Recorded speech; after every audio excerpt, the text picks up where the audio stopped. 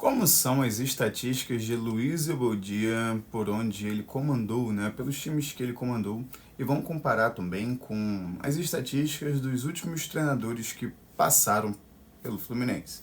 Fernando Diniz, Mano Menezes e Renato Portaluppi.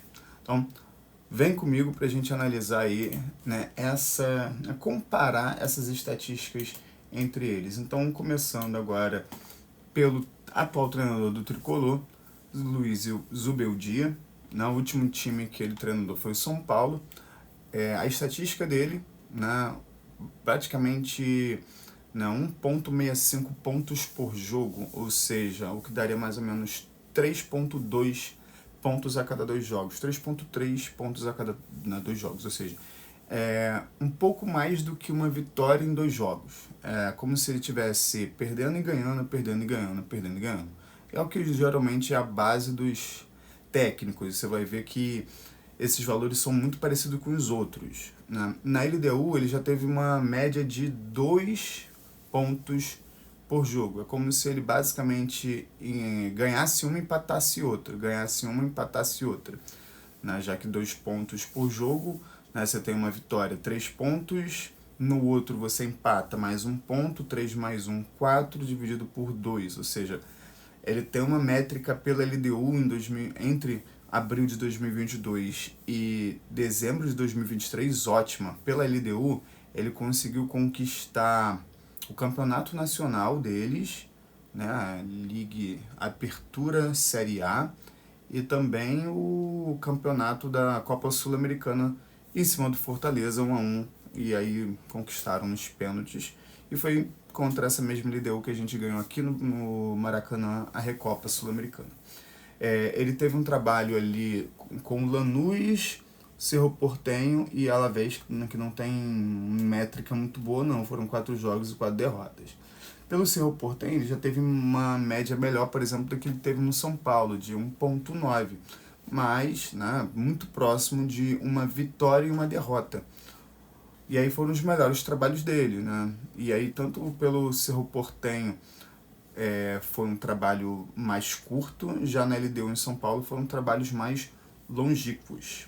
Se a gente for comparar, por exemplo, com o Diniz, que nos trouxe a Libertadores, né, atualmente ele tem uma métrica de 1,35 pelo Vasco, né? 9 vitórias, 9 derrotas e 8 empates. Praticamente mais perde do que ganha, vamos dizer assim, porque quando você empata muito, você acaba diminuindo essa média.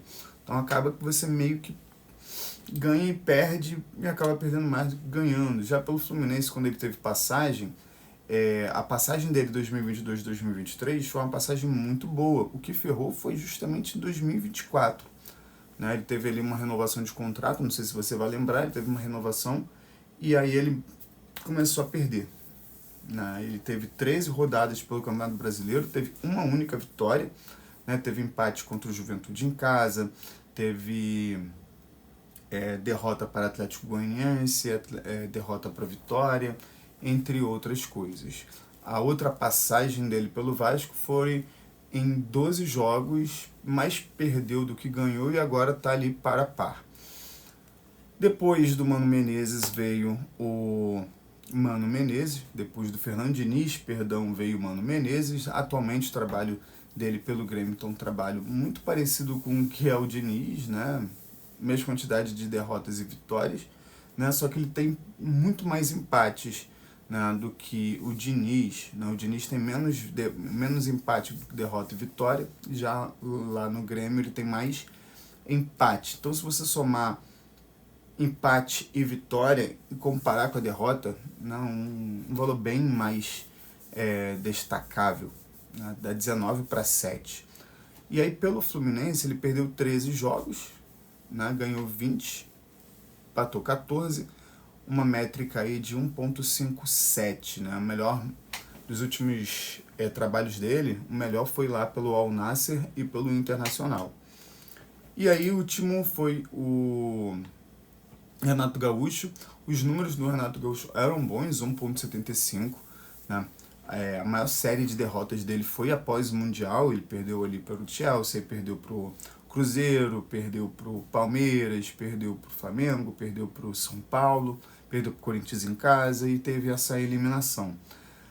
Pelos números, né, somente números, eu não descartaria a saída dele, não. Eu não descartaria, não. Eu não aprovaria a saída dele, mesmo porque ele estava reclamando tanto que jogava de 3 em 3 dias e tal, 3 competições, e aí agora só teria 2 competições, ele poderia ter tempo para treinar e descansar os jogadores, para depois do Campeonato Brasileiro ele poder jogar a semifinal da Copa do Brasil. Então ele teria ali tempo para fazer talvez o trabalho dele. No entanto, ele acabou pedindo demissão, mas se não fosse, eu acho que ele iria continuar no cargo, eu até aprovaria a continuidade dele no cargo, mesmo porque os números dele são bons, ele tem bem mais vitória do que derrota, né? O ruim é que esse número de derrotas atual que ele tem de 12 foi muito mais em relação a essas últimas partidas dele, né? Desses 40 jogos que ele tem pelo Fluminense, dessas 12 derrotas, foi uma pro Lanús, Corinthians, Cruzeiro, Palmeiras, Flamengo e São Paulo. Foram 6 só pelo pós, mais o Bahia. E só foram 6 ou 7 derrotas no pós-mundial. Ou seja, antes do Mundial ele tinha perdido 6, e aí uma quantidade de jogos bem maior. Então, não acho que o trabalho dele estava sendo muito ruim, o problema dele era como ele gerenciava tudo, né?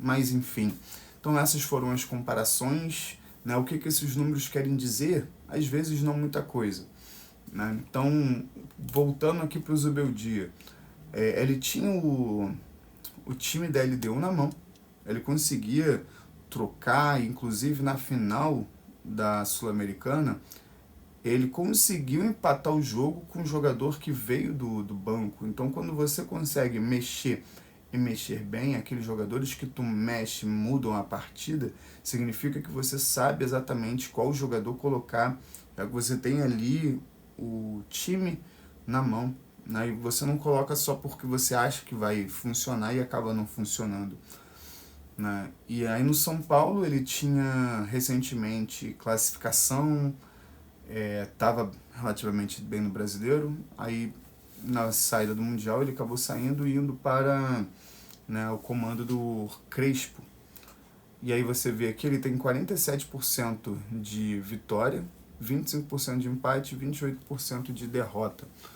Ou seja, um número bom, né? Um número bom. Ele joga numa formação parecida com o que o Fluminense já vem jogando, um 4-2-3-1 ou um 4-3-3.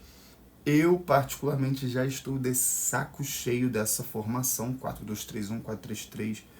Eu quero voltar àquele famoso 4-4-2, 4-3-5-2, onde você povoa o meio de campo, e aí você não precisa de tanta correria, porque o jogo fica mais concentrado no meio, você tem chance de perder a bola, menos chance de perder a bola, porque você tem mais jogadores no meio, e você acaba tendo um controle maior do jogo e menos cansaço, né? Assim como 3-5-2.